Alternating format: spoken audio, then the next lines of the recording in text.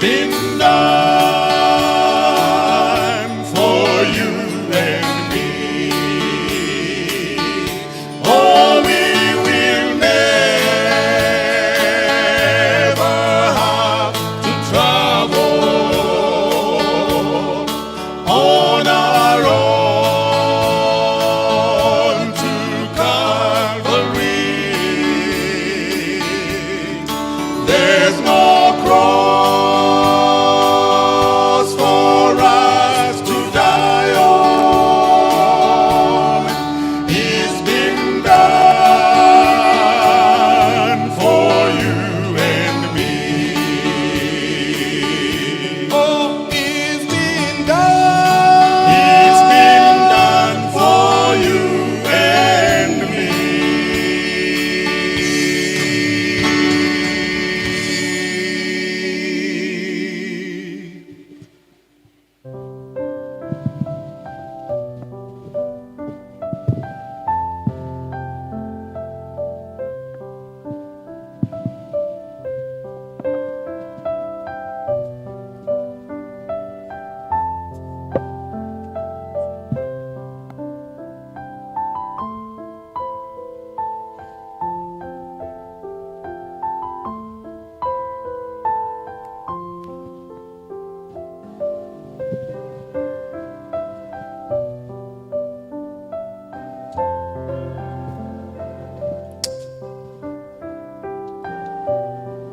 Maana mwanaume hakutoka katika mwanamke,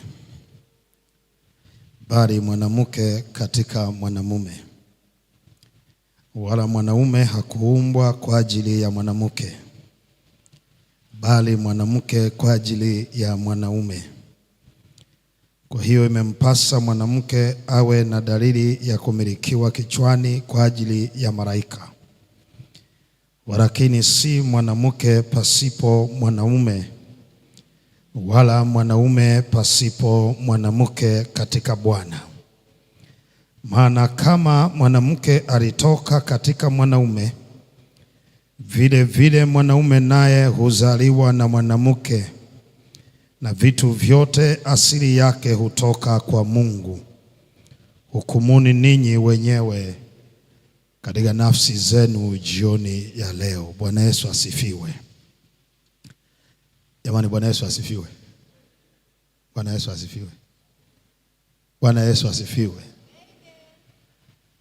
Tunamshukuru Mungu kwa ajili ya kibali alichotupatia tena jioni hii kuweza kukutana pamoja katika ibada yetu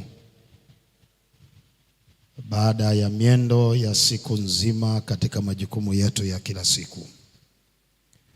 Mungu wetu amekuwa mwaminifu, hachoki kutuleta katika hema yake, na hivyo jina lake litukuzwe sana. Jioni ya leo ni washukuru wote waliotangulia kusimamia vipindi vyetu mahali hapa, kuanzia kipindi cha maombi, kipindi cha uimbaji, nyimbo zilizoletwa, lakini pia kipindi cha mwongozo wetu wa namna ya kuingia na nani anaingia kwa wakati wake. Wote waliosimama hapa mbele, Bwana awabariki sana. Ninawashukuru kwa kuwa mmekuja, na ninawashukuru sana kwa kujali kwenu. Kuwepo kwenu ni uhakika wa huduma yangu, maana kama hamupo basi hakuna huduma. Kwa hiyo niwapongeze na kuwashukuru sana. Idadi kubwa ya watu waliokuja jioni hii inaonyesha kwamba watu wanatamani kukutana na Mungu wao kwa njia ya siku hii ya maombi. Kwa hiyo Bwana wetu wa mbinguni awajaze sawa sawa na mapenzi yake. Pokeeni salamu kutoka kule nilikotoka. Ndugu zenu katika Kristo wanawasalimia. Viongozi wenzangu kutoka katika jimbo la Mara wanawasalimia sana. Familia yangu inawasalimia pia. Na nimshukuru mchungaji wetu wa mtaa. Unajua siku ndio zinaisha. Na kama siku zinaisha, basi ni muhimu kuanza kupunguza shukurani pole pole. Usije kujaribiwa kumaliza juma bila kushukuru, hasa wale waliokukumbuka katika ufalme wao. Kwa hiyo nimshukuru mchungaji na niwashukuru wazee. Jamani, Bwana awabariki sana. Ya heri wanaoshukuru, maana hao watakumbukwa siku nyingine. Kwa hiyo Bwana awatunze. Leo mniruhusu nimtambulishe kaka yangu ambaye amekuwa mwaminifu kuja katika juma hili la maombi. Sio mshiriki wa hapa, lakini amekuwa akija kila siku jioni. Yeye ni mfanya biashara pale Kariakoo na anaacha shughuli zake anakuja, na amekuwa akija. Ninapokuja na mkuta ameshafika. Niombe Lucas Filipo simame, rafiki yangu. Huyo ni ndugu yangu kabisa. Ni mtu ambaye nikija hapa mjini sikondi kwa sababu yake. Yeye ni mtu wa Mungu mnyenyekevu, na wakati akiwa Nyegezi kabla hajahamia huku, tulikuwa tunamtumia kama kiongozi wa kanisa, na hasa katika majengo mahali ambapo Bwana amempa karama hiyo ya kusimamia miradi. Kwa hiyo nabarikiwa sana na uwepo wako. Na baada ya utambulisho huo, ni wakaribishe rafiki yangu. Habari yako? Upo? Ni rafiki yangu hapa, ananisaidia sana kukaa mjini. Sasa leo kama ambavyo tulitangaza, tutakuwa na somo ambalo litakuwa linatazama mwelekeo wa maisha ya mwanaume. Alafu kesho tutakuwa tunaelekea kumtazama mwanamke, na utagundua tayari juma litakuwa limeishaisha. Kwa hiyo Ijumaa tutakuwa na paneli ya vijana. Tutakutana hapa Kiyankiz, vijana. Kwa hiyo napo pia tutakuwa na jambo ambalo Bwana tunaamini ataliweka ili kuweza kuzungumza nasi. Kwa hiyo jioni ya leo niwaalike katika kitabu cha Wafalme wa kwanza, sura ile ya 2. Tutasoma hapo mafungu kadhaa. Wafalme wa kwanza sura ya 2 aya ya 1 mpaka aya ya 4. Tutasoma hapo. Asante rafiki. Biblia inasema, basi siku ya kufa kwake Daudi ikakaribia. Akamuhusia Sulemani mwanawe akasema, mimi naenda njia ya ulimwengu wote. Basi uwe hodari, ujionyeshe kuwa mwanamume, uyashike mausia ya Bwana tena Mungu wako, uende katika njia zake, uzishike sheria zake na amri zake na hukumu zake na shuhuda zake, sawasawa na ilivyoandikwa katika Torati ya Musa, upate kufanikiwa sana katika kila ufanyaro na kila utazamako, ili Bwana afanye imara neno lake alilolinena kwa habari yangu akisema, ikiwa watoto wako wataiangalia njia yao, wakienda mbele zangu kwa kweli na kwa moyo wao wote na kwa roho yao yote, akasema, hutakosa mtu katika kiti cha enzi cha Israeli. Haya ndiyo maneno ya uzima jioni ya leo ambayo Roho Mtakatifu amepigia mstari ili yawe mjadala wetu katika jina la Yesu Kristo Mwokozi wetu. Amen. Jamani, haya ndiyo maneno ya Bwana.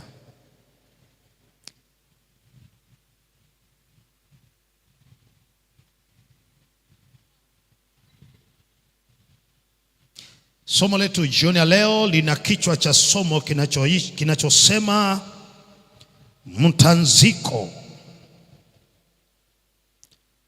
wa baba katika familia, ama mtanziko wa mwanamume kwa familia.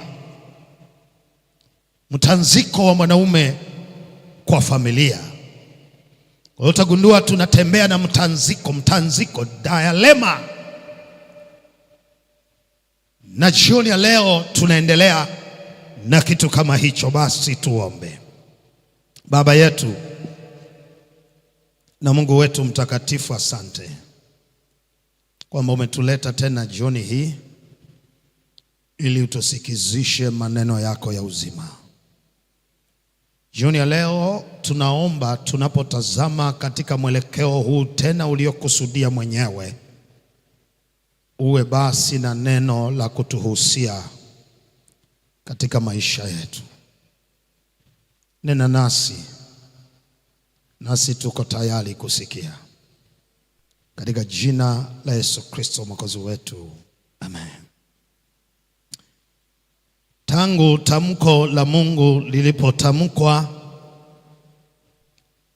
katika kitabu kile cha Mwanzo 3 ya kwamba mwanaume utakula kwa jasho, na kwamba katika mavumbi utarudi. Uzoefu unaonyesha ya kwamba shetani naye ameteka advantage ya kuhakikisha ya kwamba mwanaume anaishi akisafa juu ya uso wa nchi. Haikuwa mara ya kwanza katika kitabu cha Mwanzo, kitabu cha Kutoka 1, Biblia inaeleza ya kwamba Farao alipotaka kuangamiza kizazi cha taifa la Israeli, hakujikita kwa wanawake, alijikita kwa wanaume. Kitabu hicho kinaeleza ya kwamba katika safari zote za maisha ya mwanaume, vita imeendelea kuongezeka kwa mwanaume siku kwa siku. Hata katika zama zetu tunazoishi, mwanaume ametazamwa kama adui wa jamii, ametazamwa kama mtu asiyekuwa na mtetezi, ametazamwa kama mtu anayetumia mabavu hivi, ametazamwa kama mtu ambaye hastahili kuwa na jamii nyuma yake na dawati linaloweza kusimama kumtetea. Ametazamwa kama mtu ambaye kimsingi movement inayokwenda kumuinua mwanamke inamtazama kama adui namba 1 kwa ajili ya kuinuka kwa wanawake katika jamii. Na hivyo jamii ya wanawake wengi katika kizazi hiki tangu karne ya 19 ilipoanza vuguvugu la kutafuta namna sauti ya mwanamke itakapokuwepo duniani, ilimtazama mwanaume kama adui namba 1, chanzo cha kufanya huyu mwanamke asiwe na sauti katika jamii. Na kwa sababu hiyo, mashirika mbalimbali ambayo yamewekeza fedha za kutosha yamelenga kudogosha heshima na utu wa mwanaume. Utaangalia wasanii mbalimbali na waigizaji mbalimbali wakienda kuigiza, mwanaume anavalishwa nguo za kike ili aweze kupeleka ujumbe kwenye macho ya jamii katika taswira inayomwondoa taratibu kutoka kwenye eneo lake. Utatazama kwenye fashion show za watu mbalimbali, wabunifu wa mavazi, utaona wamevaa nguo zenye mwelekeo wa kumwinua zaidi mwanamke kuliko kumwinua mwanaume. Kwa hiyo mwanaume anavalishwa wakati fulani nguo za kike, anapita stejini hapo akionyesha uzuri wa vazi. Ajenda ni moja peke yake, ni kutafuta kumfanya mwanaume huyu asiye na mtetezi, mwisho wa siku akose mahala pa kutetewa. Sio mara ya kwanza, hata katika Biblia utaona mishale mingi imekuwa ikilenga maisha ya mwanaume. Wakati fulani mwanaume anafika mahala anakosa msaada, anakosa wapi pa kukimbilia. Hata akinyanyaswa huko kwenye jamii, hana dawati la kwenda kusemea shida yake, na badala yake anaishia kujinyonga, na baadhi yao wanaamua kuingia kwenye madawa ya kulevya. Wengine wamelia machozi, wamekimbia familia zao, wameacha mali zao, wameacha mashamba yao, wameacha nyumba zao. Na hivyo jioni ya leo, kwa kuwa tunataka kuzungumza kiume, ninatamani Mungu wetu atusaidie kwenda katika kile ambacho ni chimbuko la neno la Mungu na namna hatima ya maisha haya ilivyokusudia kumbeba huyu mwanaume. Ni katika muktadha kama huu ndicho tunachosoma hapa katika kitabu hiki kilichoandikwa hapa tulichokisoma jioni ya leo, kitabu cha Wafalme wa kwanza sura ya 2. Kinaelezea wakati wa uzee sana wa mzee huyu ambaye amesimama kusimamia na kutawala taifa la Mungu aliye hai. Amefanya kazi yake kwa uzuri. Biblia imemtaja ametengeneza urafiki, hata Mungu wa mbinguni amekuwa rafiki yake. Lakini kwa sababu ni baba na anakwenda zake katika njia ya wazee wake, kwa maana ya mwisho wa maisha yake, Biblia inasema mzee huyu anamuita mwanaye Sulemani ili aweze kuweka mausia yake, ayaweke kwa huyu kijana ambaye ndiye upcoming, anayekuja kusimama mahali pa baba yake.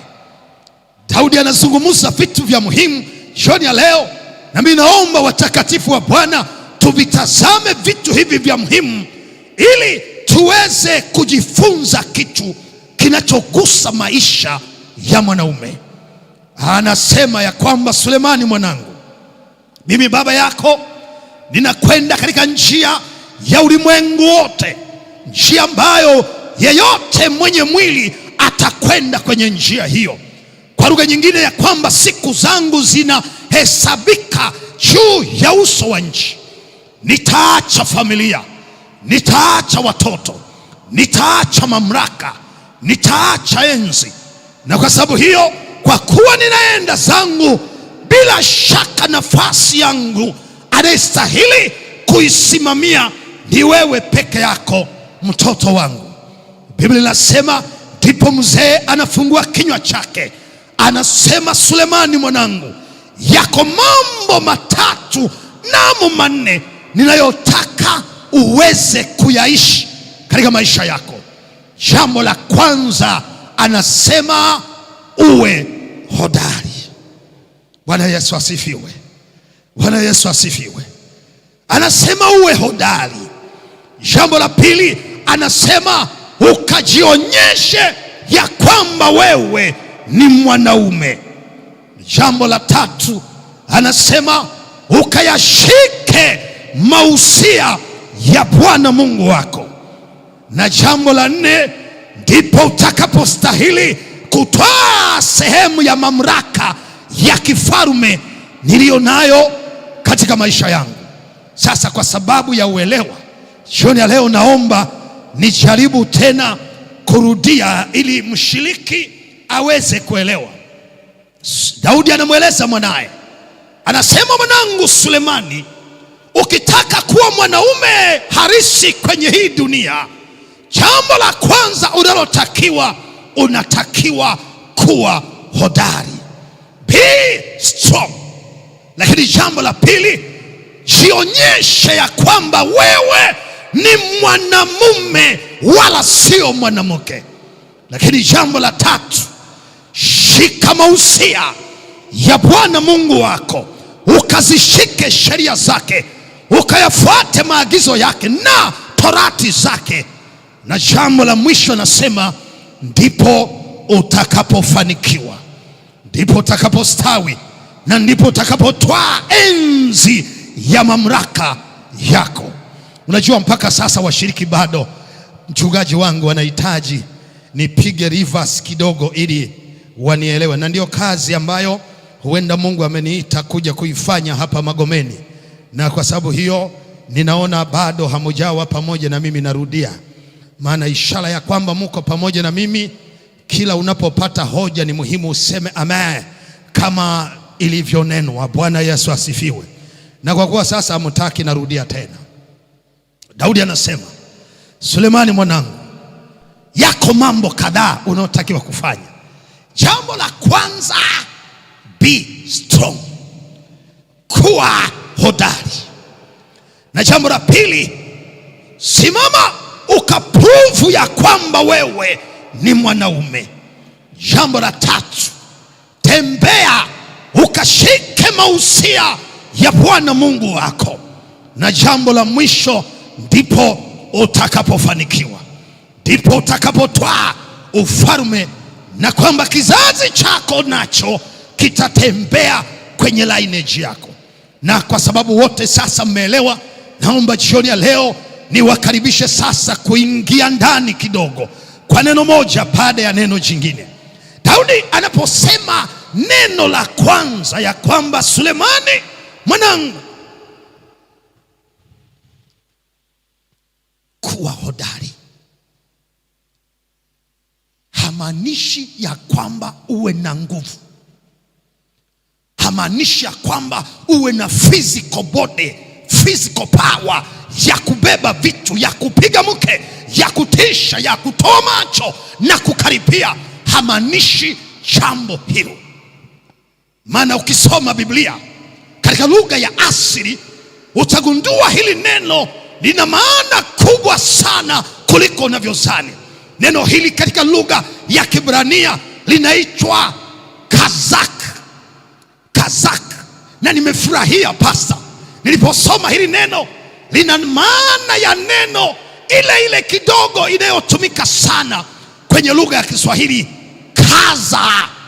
Kaza, yani komaa mwanangu, kaza. Na hili neno linazungumza ajenda si ya nguvu za mabavu, linazungumza ajenda ya kielelezo cha kusimika miguu yako mahala pasipotikisika. Weka miguu yako imara. Kwa nini anazungumza hivyo? Maana Daudi anajua ya kwamba mwanaume yeyote anakabiliwa na uzoefu wa maisha, na kwamba neno hili Daudi analitumia kuonyesha kielelezo cha meli ambayo imegota, imeweka nanga yake katikati ya bahari iliyochafuka.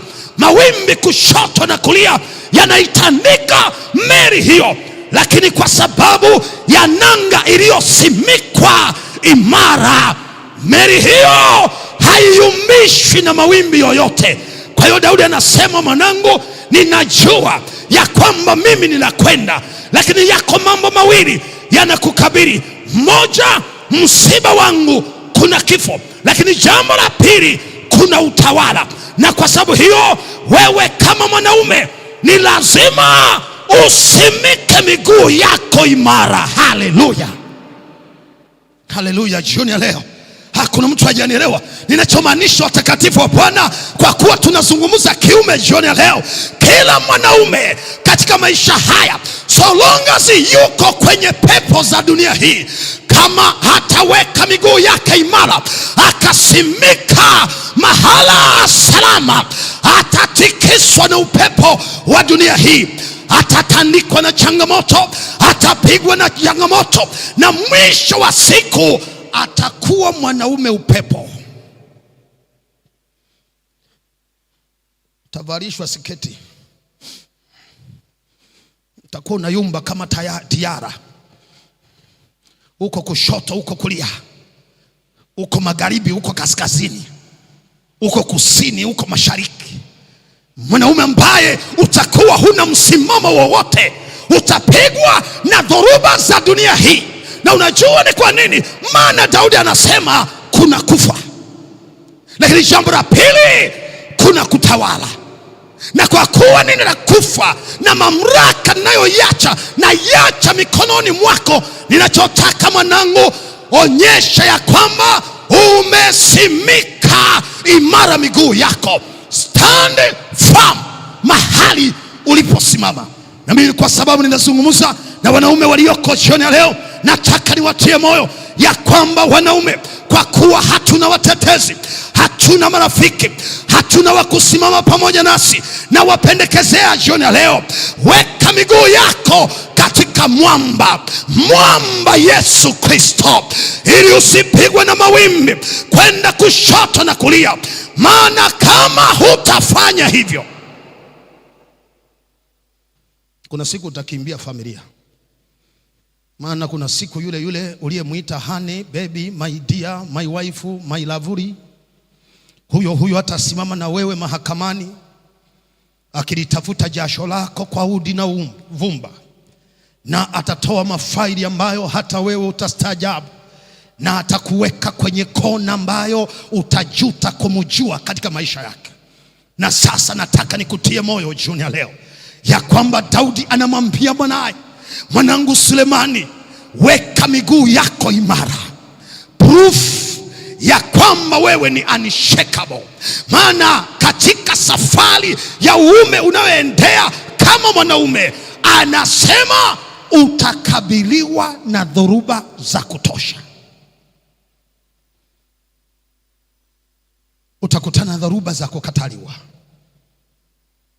utakutana na dharuba za kudharauliwa, utakutana na dharuba za kutokuheshimika, utakutana na dharuba za kutokuwa na sauti kwa familia yako, utakutana na dharuba za kufukuzwa kazi, utakutana na dharuba za kutengwa na ukoo, utakutana na dharuba za kukataliwa na ndugu, utakutana na dharuba za kila namna.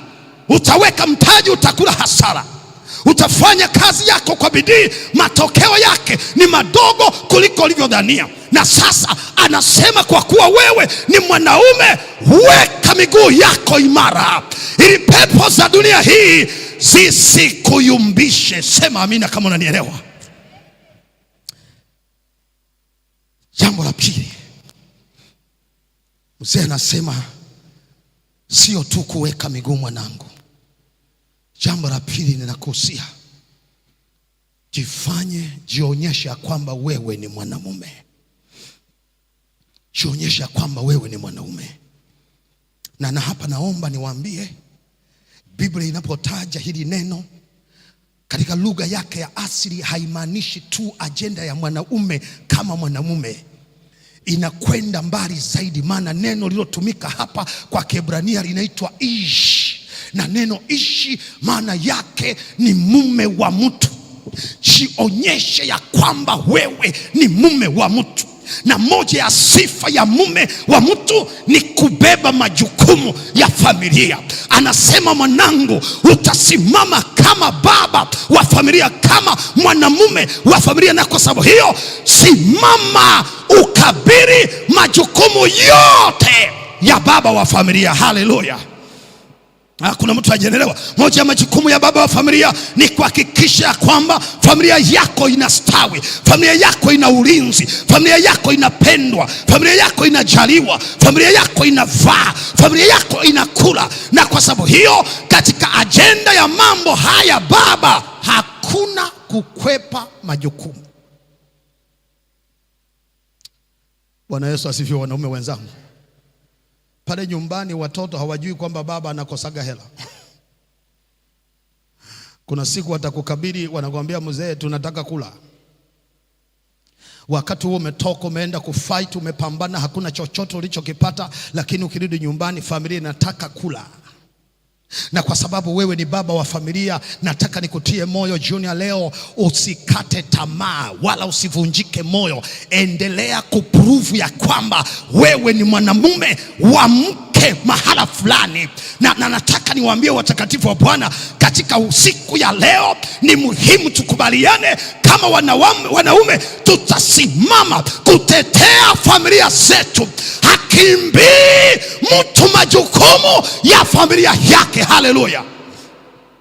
Na siku hizi kuna katabia kameanza kutokea. Wanaume wakichanganywa mara mbili mara tatu, anaamua kukimbia familia yake. Mwingine anaamua kwenda kunywa sumu ajiue. Sikiza niwaambie jioni ya leo, katika neno hili la Bwana tunakubaliana wote, hanywi sumu mtu hapa, wala hakimbii mtu hapa. Tutabanana wote nyumbani pale pale.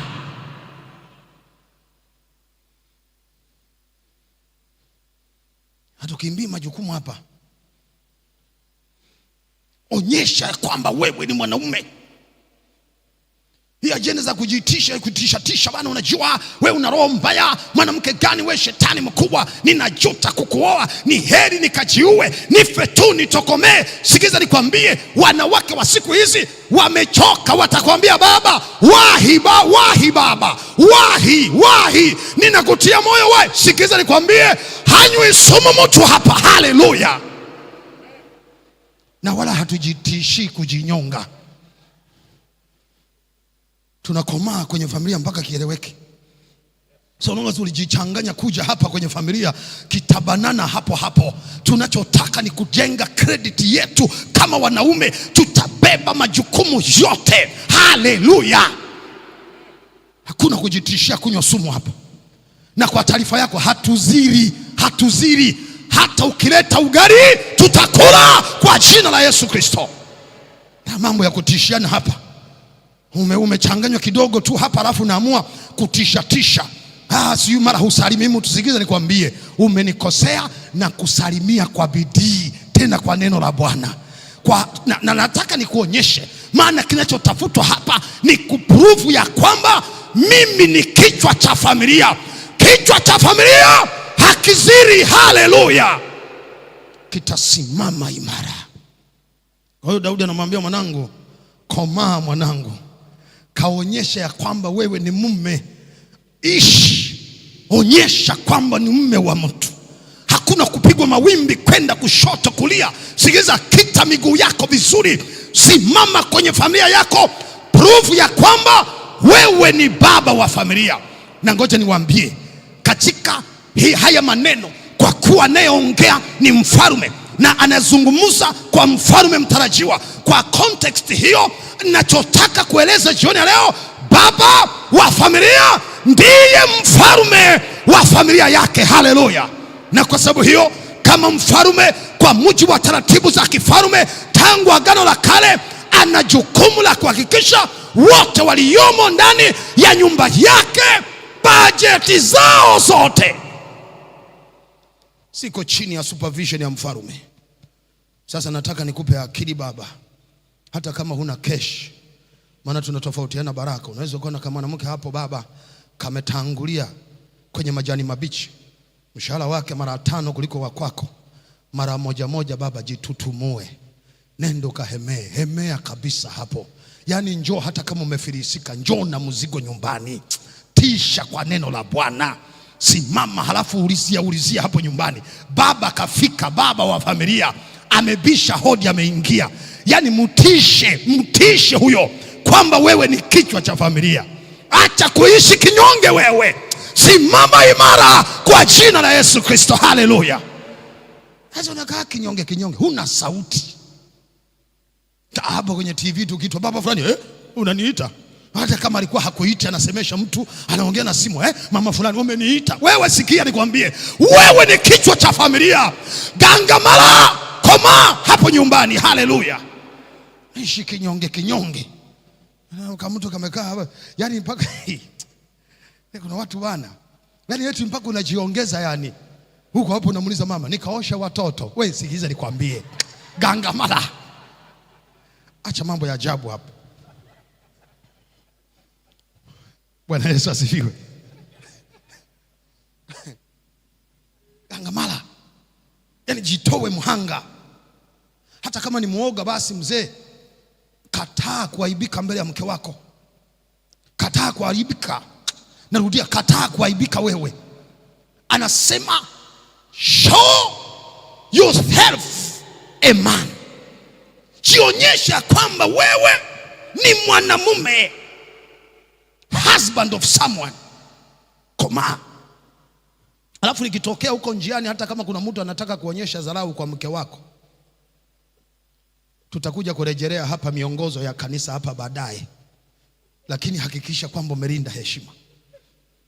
Hata kama huwezi, uma hata ruksi ya mtu azunguke na wewe umekanyaga ruksi hapa, utume tu ujumbe kwamba pamoja na kwamba mimi ni muoga, lakini naweza kusimama kutetea familia yangu. Sio unaenda maana wakikutisha alafu kala lilei, siize nikwambie, utawala umeshaenda.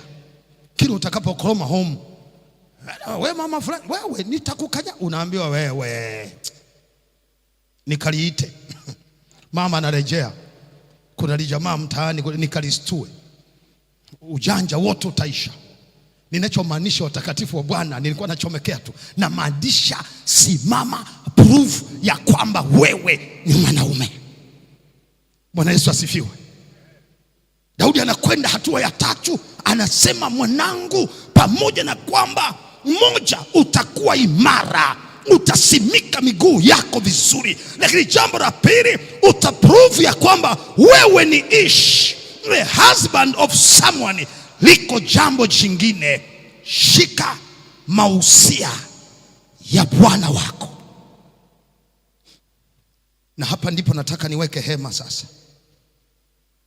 Shika mausia ya Bwana wako. Sulemani anaambiwa ya kwamba mwanangu, katika dunia hii ya matufani na maupepo yanayovuma, hakuna namna yoyote utashinda hii vita isipokuwa umeshika mausia ya Bwana Mungu wako. Sasa neno lililotumika hapa, kushika haya mausia, hili neno mausia, nimefurahi mwandishi wa Kiebrania hili neno amelipatia jinsia ya kike, pastor, feminine. Anachotaka ni kwamba kwa kuwa jambo hili ni feminine na anayeambiwa kulishika ni mwanamume, anataka kutengeneza kitu kimoja, kwamba jenga bondi, weka mahusiano na mahusia ya Bwana, yafanye mahusia ya Bwana kuwa mwenzi wako na mpenzi wako, ukatembee pamoja nayo bila kuyaacha. Maana ukitaka kutoboa kwenye hii dunia, hakuna ujanja wowote isipokuwa mahusia ya Bwana Mungu wako. Na nimefurahia hili neno Bwana ameweka Yehova, anamaanisha the existing God, Mungu anayeonekana na anayeishi. Na kwa sababu hiyo anasema, ili uweze kushinda dhoruba zinazomkabili mwanaume katika maisha yake, unatakiwa kujenga mahusiano na mahusia ya Bwana Mungu wako, Mungu anayeishi. Sasa swali la msingi, anayashikaje? Na haya mahusia ni mahusia gani? Sasa naomba nirudi hapa nisome, huenda haukusikiliza vizuri. Mstari wa 3 anasema, uyashike mahusia ya Bwana Mungu wako, uende katika njia zake, uzishike sheria zake na amri zake na hukumu zake na shuhuda zake, sawa sawa na ilivyoandikwa katika kitabu cha Torati. Daudi anajua ya kwamba katika maisha haya Mwanaume yeyote ili awe baba wa familia na mfalme wa familia, anachotakiwa kufanya ni kuigeuza familia yake kuwa familia iliyokichwa kwenye neno la Bwana. Haleluya! Mahali ambapo sheria za Bwana zitasomwa, mahali ambapo sheria za Bwana zitaishiwa, mahali ambapo sheria za Bwana zitachukuliwa na kutendwa na kuenenda.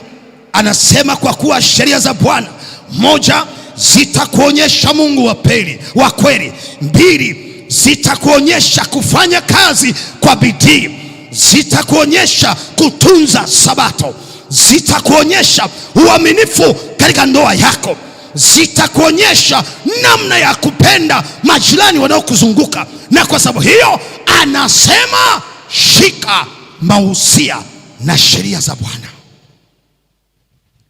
Nazungumza na baba wa familia hapa ambaye ameiacha familia yake akashindwa kusimamia jukumu la kuhani wa familia. Yeye kama kuhani kulielekeza familia katika utumishi na kichwa cha neno la Bwana. Majukumu hayo ameshindwa kuyasimamia. Amemwachia mke wake, amewaachia watoto. Nataka nikukumbushe jioni ya leo, Daudi anasema ukitaka kuwa mwanaume halisi, utoke kwenye mtanziko wa changamoto zinazokukabili, shika mausia ya Bwana. Kwa hiyo baba ni mtu wa kwanza kusimamia taratibu za ibada nyumbani mwake. Baba ni mtu wa kwanza kuliongoza kanisa la nyumbani kwenda katika ibada. Baba ni mtu wa kwanza kufundisha torati kwa watoto wake kila siku. Ndio maana Biblia inasema wakati Mungu alipozungumza na Yoshua, akamwambia Yoshua mwana wa Yefune, maneno haya ninayokupatia niliyompatia mtumishi wangu Musa, uyashike uingiapo, uyashike utokapo, nawe uwafundishe watoto wako kuyashika, watokapo, watembeapo, walalapo, yakawe katika mioyo yao kama sehemu ya maisha yao muhimu. Familia nyingi za Kikristo leo zimeshindwa kusimama na kutenda mapenzi ya Mungu kwa sababu baba wa familia is so busy, hana muda wa ibada pamoja na watoto wake. Anasema mambo yote, mafanikio yote yatakuja kama matokeo ya kuyashika mausia ya Bwana na kuwaelekeza watoto wako. Sasa Daudi anasema, kwa kuwa maneno haya ameyasema Mungu mwenyewe, na kuhusia mwanangu Sulemani: moja, uwe hodari; mbili, onyesha kuwa mwanaume; tatu, shika mausia yangu. Na kwa sababu mimi ni mfalme, ninakupatia mausia haya mwanangu, ili na wewe ukayaishi, kwa sababu mimi nimewekwa na Bwana kama mfalme wa taifa takatifu, na nimepewa jukumu la kulea kizazi cha kifalme na wala sio kizazi cha kitumwa. Ninazungumza na mwanaume jioni ya leo. Mungu wetu wa mbinguni amekupatia watoto, amewaweka kwako wewe kama mfalme wa nyumba na baba wa familia. Amewaweka watoto hao, uwalee, uwatunze na uwakuze kama watoto wa kifalme na watoto wa mfalme. Hujapewa watoto wawe watumwa, waishi maisha ya shida, wawe watu ambao hawana mahala pa kuingia na kujisifia.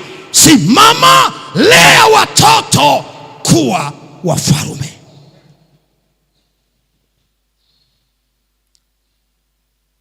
Na mzee anazungumza tangu mwanzo mpaka hapa tulipofikia. Ukimsoma vizuri utagundua ya kwamba Daudi amejikita kwenye maadili. Anataka familia isimame kwenye maadili mema. Sasa swali langu la msingi, Daudi, si ni wewe tuliyesoma habari zako? ya kwamba katika mwendo wako wa maisha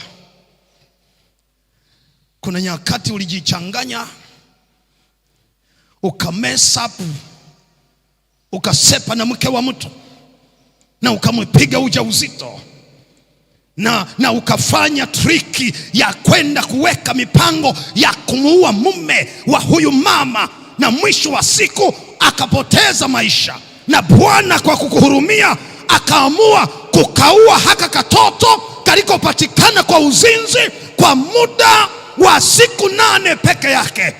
Kwa nini sasa kuzungumza integrity wakati wewe hauna hiyo kitu kwenye uzoefu wa maisha yako?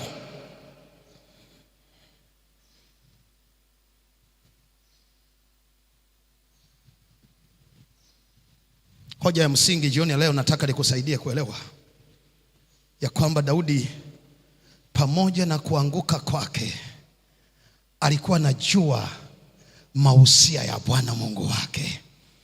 Na kuna mtu hajanielewa nachomaanisha pamoja na mausia ya kutembea katika kweli ya neno la Bwana ambayo Daudi anaitoa kwa mtoto wake, bado inamaanisha ya kwamba Daudi hakuwa mkamilifu. Lakini kutokuwa mkamilifu kwake hakumaanishi asiwaelekeze watoto wake katika ukamilifu. Na kwa sababu hiyo anataka kupeleka ujumbe tu jioni ya leo. Baba wa familia anapotoa maelekezo haimaanishi yeye si mkosaji, lakini habari njema ni kwamba anajua pamoja na kuanguka inampasa kusimama kwenye integrity ya maisha yake.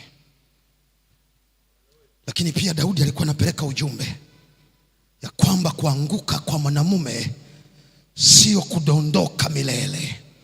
Kuna kuanguka, lakini kuna habari njema, na habari njema ni kwamba anatakiwa asimame ili aweke tena miguu imara. Bwana Yesu asifiwe. Na hujanielewa, narudia tena. Daudi anatuma ujumbe kwamba mimi nina uzoefu wa kuanguka, sawa, lakini habari njema ni kwamba nilipoanguka bado sikubaki katika kuanguka kwangu, na nilisimama imara kama baba wa familia, nikarekebisha makosa yangu. Na kwa sababu nilikosea, sitaki watoto wangu na wao wakosee. Ndio maana ninawaeleza kusimama katika integrity ya maisha matakatifu. Lakini swali la msingi, ninakuja kusoma vizuri, ninagundua pamoja na kuanguka Daudi aliporekebisha shida yake, Biblia yangu inaniambia Bwana akasamehe makosa yake. Na kama ishara ya kusamehe, Biblia inasema katika mwanamke yule yule anayeitwa Bathsheba, alikuwa mke wa Uria. Biblia yangu inanieleza ya kwamba Daudi akamwoa mama huyo na akazaa naye mtoto wa pili, na mtoto huyo wa pili anaitwa Sulemani. Neno Sulemani maana yake God of Peace, Mungu wa amani. Na kwa sababu hiyo mtoto huyo anapozaliwa anapeleka ujumbe kwa baba yake kwamba pamoja na kwamba baba alianguka, habari njema ni kwamba amesimama imara kwa Mungu wake. Ndio maana nimezaliwa kama upatanisho wa baba yangu na Mungu wa mbinguni. Haleluya. Na kwa sababu hiyo ninakutia moyo baba, ninajua ya kwamba huenda kuna mahala ulianguka, ninajua huenda kuna mahala ulijikwa, na ninajua huenda kuna mahala ulikata tamaa, na kuna mahala dhambi ilikufukuzia na imekuandama kwenye maisha yako yote. Habari njema jioni ya leo, nataka nikutie moyo. Anguko la baba lisiwe anguko la muda wote. Simama tena, simama imara, simama tena, simama imara. Endelea kuwa baba wa familia bora. Haleluya. Na mwisho, ninapomalizia hubiri langu, Biblia inasema ya kwamba hata kosa mtu katika kiti chako cha enzi cha Israeli. Nataka nikupendekezee jioni ya leo, Unaweza ukawa ni mwanaume unayepitia changamoto katika familia yako, changamoto kwa watoto waliokukataa, changamoto kwa mke wako aliyekukimbia, changamoto kwa mke wako aliyeshindwa kukuheshimu, changamoto kazini, changamoto katika familia na ndugu zako. Umefika mahala Baba, kuna mtu wa kukaa karibu na wewe, sio mke wako, sio watoto wako, sio kazini, sio bosi zako, sio watumishi wenzako. Ninakupendekezea jioni ya leo Baba, usidhani ya kwamba uko peke yako. Habari njema ni kwamba kuna Baba wa mababa, mfalme wa wafalme. Yeye ni rafiki, anajua kuanguka kwako, anajua kuanguka kwako, anajua kuanguka kwako, anajua kuanguka kwako. Na habari njema ni kwamba rafiki yako huyo ambaye anajua huzuni yako alishuka kutoka mbinguni akaja hapa duniani akatangaza ya kwamba kwa sababu rafiki yangu Adamu ameanguka, sitaruhusu anguke milele, nitakwenda kuanguka kwa ajili yake. Akazaliwa, akakua, akatembea kwa barabara hizi za vumbi, akaishi, akaenda kule na kule, akaanzisha kanisa, akasimama msalabani, akafa, akaanguka ardhini, akazikwa siku ya Ijumaa. Jumamosi akapumzika siku ya kwanza ya juma, kwa sababu rafiki anajua kuanguka kwetu. Akasimama tena, amesimama milele, anakuja kwa ajili ya marafiki zake. Anataka kurejesha heshima ya baba, heshima ya mwanaume, heshima ya mwanaume. Atasimama na wewe siku zote. Hajinyongi mtu hapa, hakimbii mtu mji hapa. Na kwa taarifa yako, hatukimbii hata ustawi wa jamii. Sisi ni kichwa, na kichwa kazi yake ni kuhendo yote yanayotokea kwenye familia. Tutaweka miguu yetu imara, tutakaza kazaka, hatutainua miguu yetu. Acha pepo zivume kwenye maisha ya wanaume, tutasimama. Nimekapenda haka kaneno ka Kiebrania kanakwenda na neno la vijana wa mtaani. Kaza mwanangu, kaza, maana ukilegeza utakazwa. Sasa nataka niwaambie watakatifu wa Bwana jioni leo, na kupendekezea na wewe, kaza mwanangu. Haleluya! Simika miguu yako imara, usiyumbishwe na jambo lolote. Wewe ni kichwa cha familia, wewe ni baba wa familia. Familia inakutegemea, watoto wanakutegemea, mke anakutegemea, jamii inakutegemea, nchi inakutegemea, hata kanisa lenyewe linakutegemea. Haleluya! Kaza mwanangu. Keukia jina yako, mwambie kaza. Weka miguu imara, simika kabisa. Haendi na upepo mtu hapa. Na kwa taarifa tunarudia tena, tumekataa stroko za mawazo mengi. Hajinyongi mtu hapa. Mishale itakapokuja tutaweka kifuani. Na kwa taarifa yako, tutakwenda kuinywea juice ili tuendelee kukaza. Hafi mtu kwa pressure hapa. Hatutoroki mji wala hatukimbii tena. Ikiwezekana hatulali chini, maana kuna wengine mnatulaza chini. Hatulali hapo, tunabanana, maana tumeamua kusimika miguu. Jioni ya leo ninatamani kuwaona wanaume.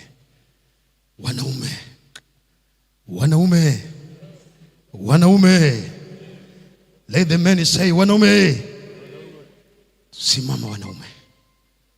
Wanaposimama wanaume, Na wanawake msimame, maana mume ni kichwa cha mke, ni kichwa cha familia. Simama kwa niaba ya wanaume. Jioni ya leo wanaume tutatembea hapa mbele. Tumekubaliana hatunywi sumu, hatukwepi majukumu. Wewe tuletee bili, tutalipa. Lete bili, tutalipa. Yani hatukati kamba, tunabishi kwa jina la Yesu Kristo. Tumekubaliana jioni ya leo tunasimama kama wanaume. Acha dunia itukabili, lakini hakuna kuyumbishwa. Tumeweka miguu yetu imara. Tembea mbele wanaume jioni ya leo, maana sisi ni kichwa.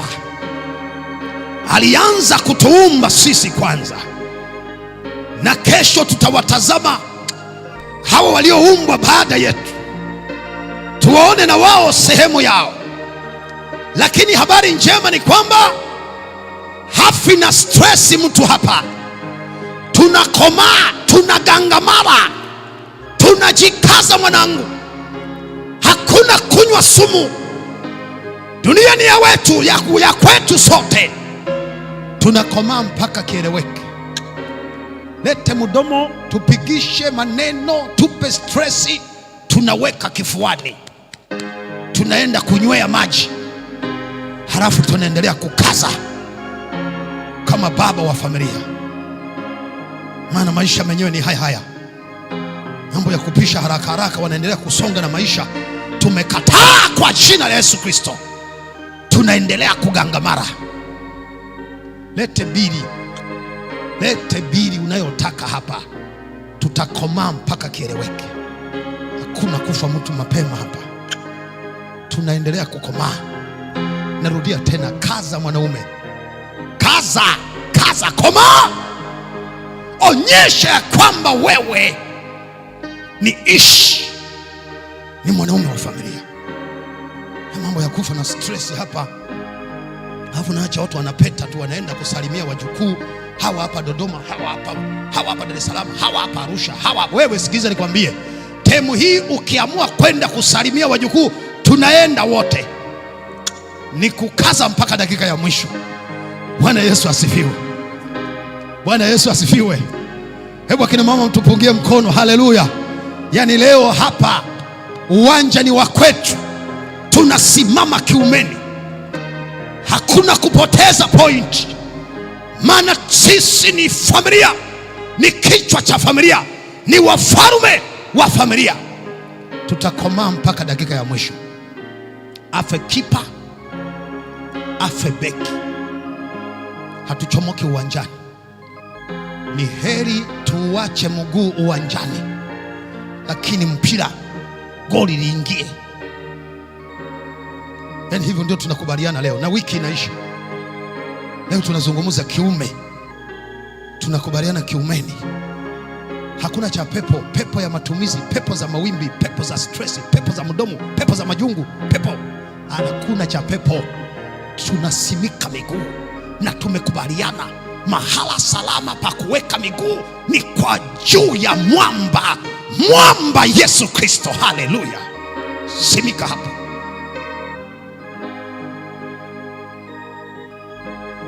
Bwana Yesu asifiwe. Kuna mtu hajaleta maombi yake, nikukaribisha jioni ya leo. Unapoleta, leta maombi yako. Tembea, leta maombi yako hapa. Lakini tutaomba kwa ajili ya wanaume. Wakati fulani katika dunia ya leo ni kama dunia inatutenga polepole. Angalia, watoto wa kiume ndio wanaoteseka, ndio wanaokabiliwa na matukio ya kuondoa kabisa status ya ume wao, fedheha zinazowakabili, matukio ya kutisha. Lakini nataka niwaambie, sisi ndio kichwa cha familia. Sisi ndio kichwa cha familia. Tutasimama, tutaweka miguu yetu kwa mwamba.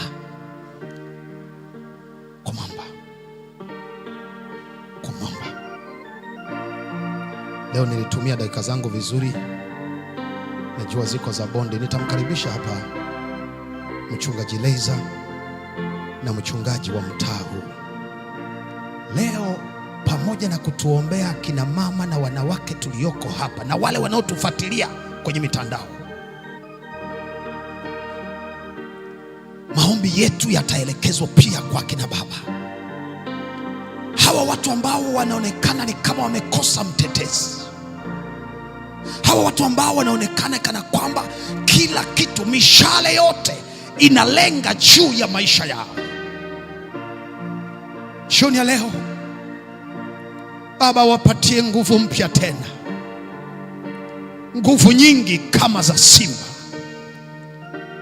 Wasimame, wathibitishe ya kwamba wao ni baba wa familia, ni waume wa watu, ni waume watarajiwa wa watu, watetezi wa familia, ya kwamba watakuwa tayari kusimama na familia zao mpaka dakika ya mwisho. Hakuna kugive up, hakuna kugive up, hakuna kurudi nyuma, maana wao ni kichwa cha familia.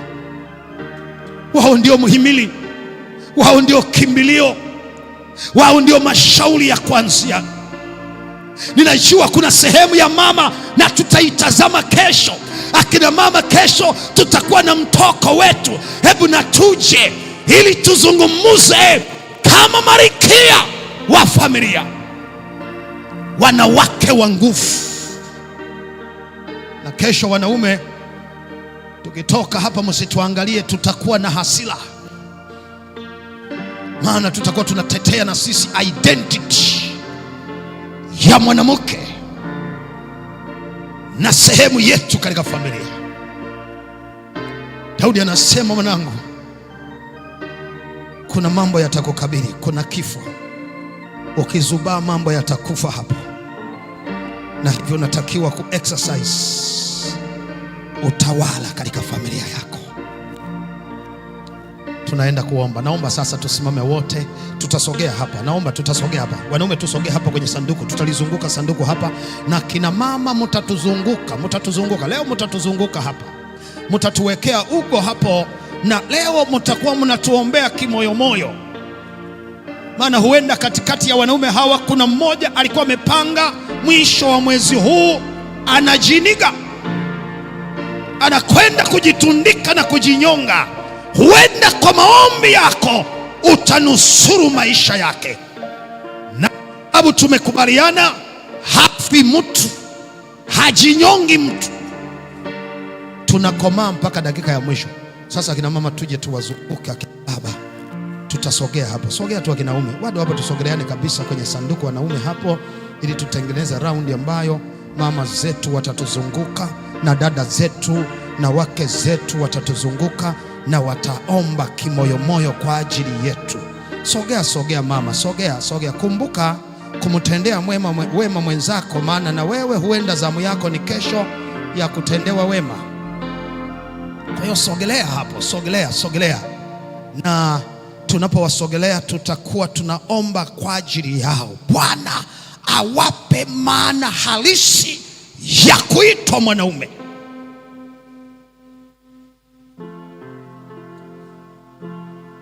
Na wasimame katika taswira ya Mungu wetu wa mbinguni. Baba alipowaumba aliweka taswira yake, sura yake, na akawaumba kwa mfano wake, na akaweka mamlaka yake. Mama White anaandika, nasema ndani na nje yao. Natamani waishi the value of being a man, thamani ya kuwa wanaume. Bwana awatendee wema wake. Wachungaji wangu, karibuni sasa tunapokwenda kuomba. Yesu, kwa imani na kutoba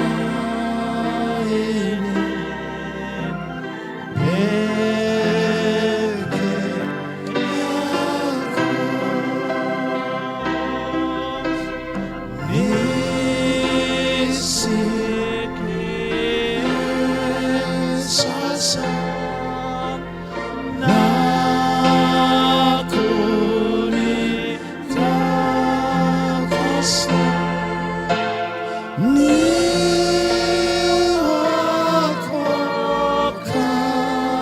kabisa tangu leo. Nipe nguvu pia za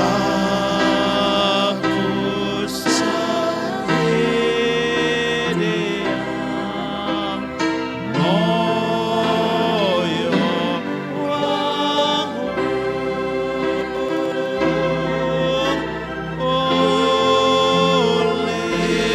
Ulikufa wewe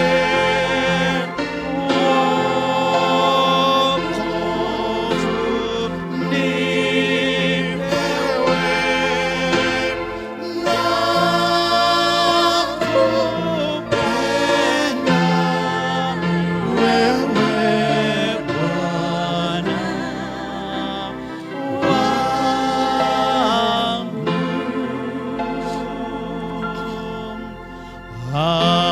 Hapa nazunguka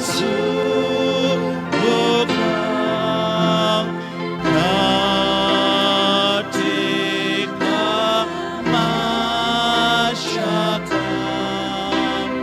na matata,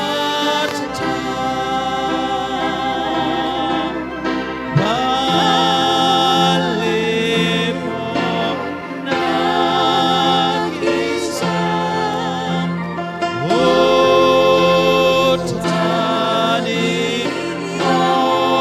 utaniongoza. Hivi nitaweza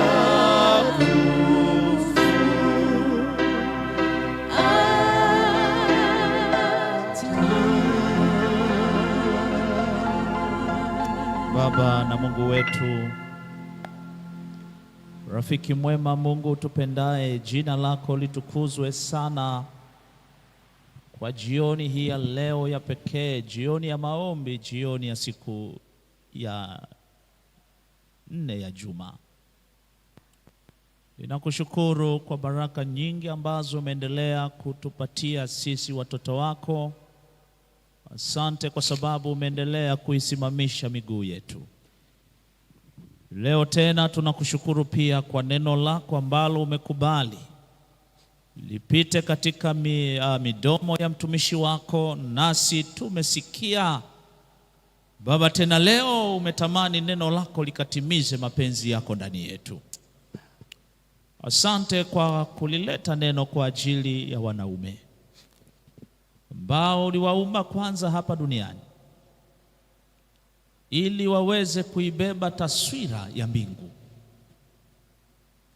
Na Shetani siku kwa siku, kama ambavyo imekuwa kawaida yake ya kutaka kuipoteza taswira ya Mungu duniani, amekuwa akishughulika na wanaume kwa namna mbalimbali. Oh yes. Wanaume wamedogoishwa. Sehemu yako ni kama vile inaondolewa. Shetani anapanga mipango mikubwa ili taswira ya mwanamume ipotee duniani. Na hata leo tumeshuhudia vitu vya ajabu duniani. Tumeona wanaume waweza kuishi kama wanawake. Leo tumeshuhudia wanaume badala ya kulea familia, tumeshuhudia wanaume walio tayari kulelewa. Yesu, tunakataa mwelekeo huo, na neno hili Baba ninaomba likapate kupokelewa na watoto wako, ya kwamba wanaume wakasimame kuwa wanaume na kujionyesha ya kwamba wao ni wanaume. Na Baba, jambo hili linahitaji kwenda kinyume na mwelekeo wa ulimwengu. Naomba utuongezee imani. Waongezee wanaume hawa imani ili wakachukue majukumu yao. Moja, kama makuhani wa familia, wasaidie wanaume hawa wakateke nyara tena ukuhani wao. Amen. Ili wakazisimamie familia zao vyema. ili Bwana wakazisimamie familia zao katika mambo yote kama wafalme, maana hawa ndio uliowapa dhamana hiyo. Naomba Bwana, ikiwa kuna mwanaume ambaye amepoteza nafasi yake katika familia yake, kupitia neno lako siku ya leo, ukamrejeshe ufalme wake katika familia. Amen. Ikiwa kuna mwanaume alikuwa amenyong'onyea, naomba Baba, neno hili la leo likamtie nguvu tena na kusimika miguu yake tena kama mwanaume katika familia. Ikiwa kuna yeyote aliyekuwa amekata tamaa, naomba neno hili likatuishe tena katika jioni ya leo. Baba, ninaomba uwarejeshe wanaume mahali pao, ili familia zikapate furaha tena, ili akina mama tena wakaseme tuna wanaume nyumbani mwetu. Baba, majina yale ya ajabu ajabu na yakome katika familia. Ninaomba shetani na ashindwe milele. Naomba uwapatie wanaume hawa ushindi na ukawape nafasi yao kwa jina la Yesu. Baba, tunakushukuru kwa sababu siku ya leo ni siku ya maombi. Watoto wako wameleta dua mbalimbali kwako, nalo boksi katikati yetu lenye mahitaji ya watoto wako. Naomba ukutane na mahitaji yetu leo tena. Ila aliyekuja ana jambo na ajenda, naomba Bwana uhusike kumsaidia wewe mwenyewe. Wako ambao wameombea biashara leo, bariki biashara za wajoli wako. Wako ambao wameombea familia, Baba, zikumbuke familia za watoto wako. Na katika juma hili tukiwa tunaziombea mahususi familia zetu ambazo shetani amekuwa akizichezesha miziki ya ajabu ajabu, tunaomba Bwana usikumbuke nyumba za watoto wako. Amen. Baba, ninakuomba kwa ajili ya wale ambao wameomba kwa ajili ya watoto wao, wengine wameomba kwa ajili ya masomo, wengine wameomba kwa ajili ya wenzi. Baba, maombi ni mengi, kwa kuwa yako yote mbele zako kama barua iliyo wazi. Tafadhali husika kuwasaidia watoto wako jioni ya leo. Hatutaacha kuliombea kanisa lako ambalo wewe mwenyewe unalipenda. Naomba Bwana ukalishike kanisa hili linapoushika utume. Umetupa kazi Baba, tusaidie kwenda. Tusilale tukiwa tuna agizo Baba, tusitulie tukiwa na agizo. Tusaidie tukapeleke habari njema kwa wengine. Hivyo tunaomba umoja ndani ya kanisa, tunaomba upendano ndani ya kanisa, tunaomba Roho wako Mtakatifu kama ahadi ile uliyotuahidi, na aje katikati yetu leo tena Bwana, ili tukauishwe na kupata nguvu ya kuifanya kazi yako tena. Asante kwa ajili ya tumaini la marejeo yako. Ninaomba kwa hilo tukaishi hivyo, tukijiandaa kwa ajili ya marejeo yako ambayo kwa kweli yako karibu sana. Naomba utuhimize katika tumaini hilo kwa utukufu wa jina lako. Amen. Baba, mioyo yetu inahitaji mengi. Mtumishi wako Mchungaji Laiza anapoendelea na dua za jioni ya leo, tusikie kuomba kwetu kwa jina la Yesu. Amen. Baba yetu na Mungu wa mbinguni,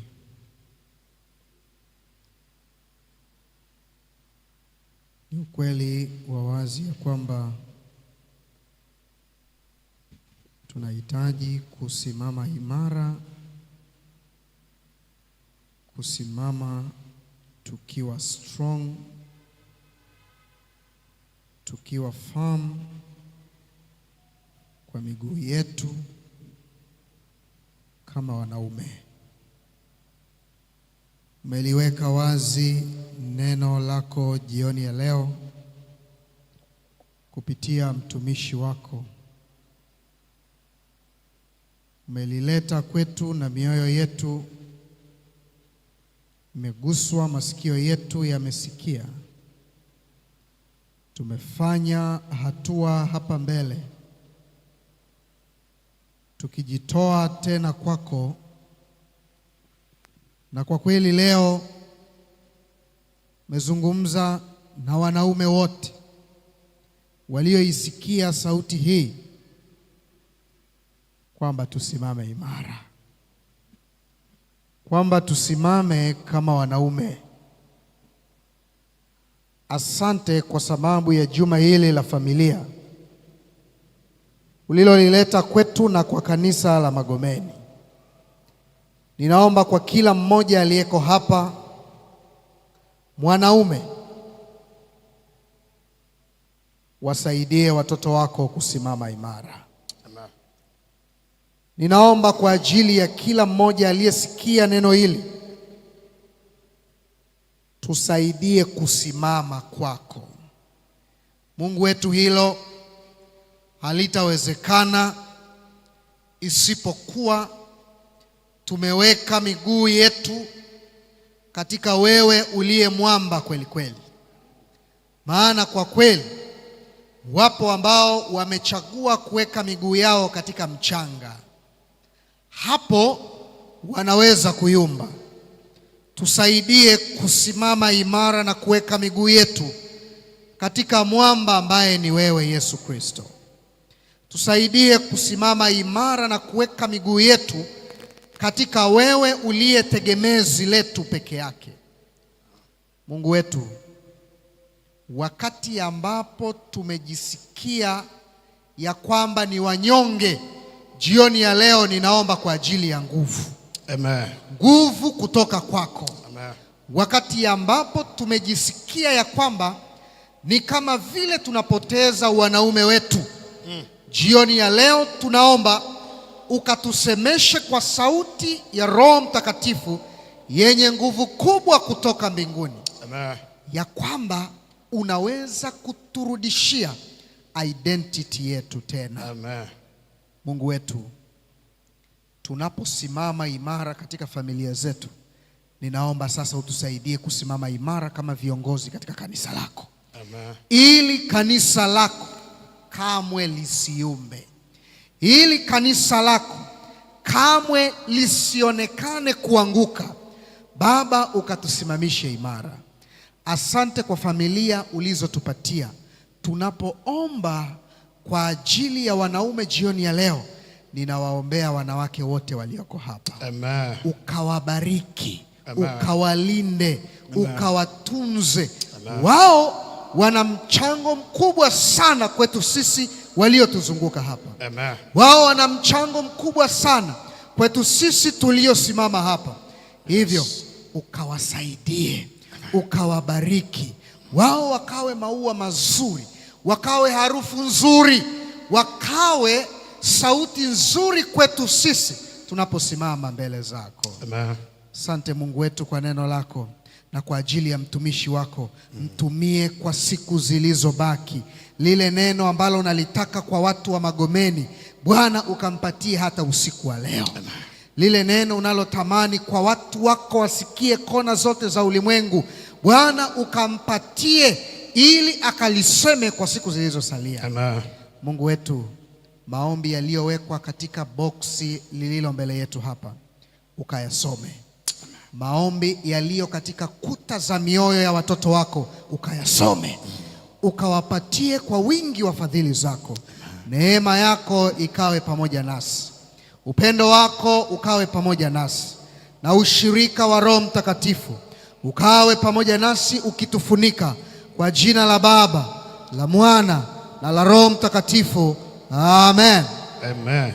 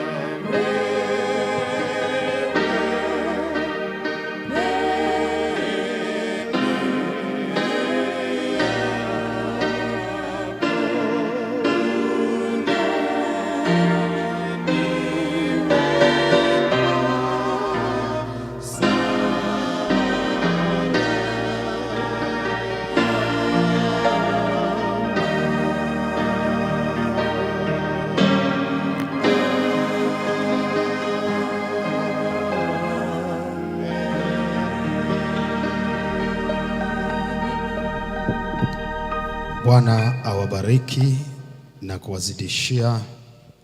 Bwana waangazie uso wake na kuwafadhili. Tunawakaribisha kesho. Tutakuwa na ajenda muhimu inayogusa kina mama. Asanteni sana.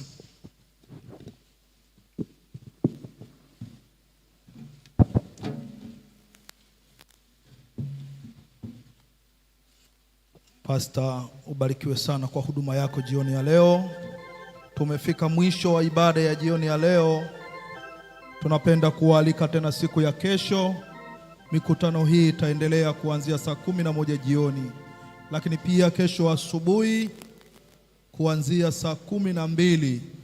Nyote mnakaribishwa kwa ajili ya mikutano hii. Amani ya Bwana na iwe pamoja nasi.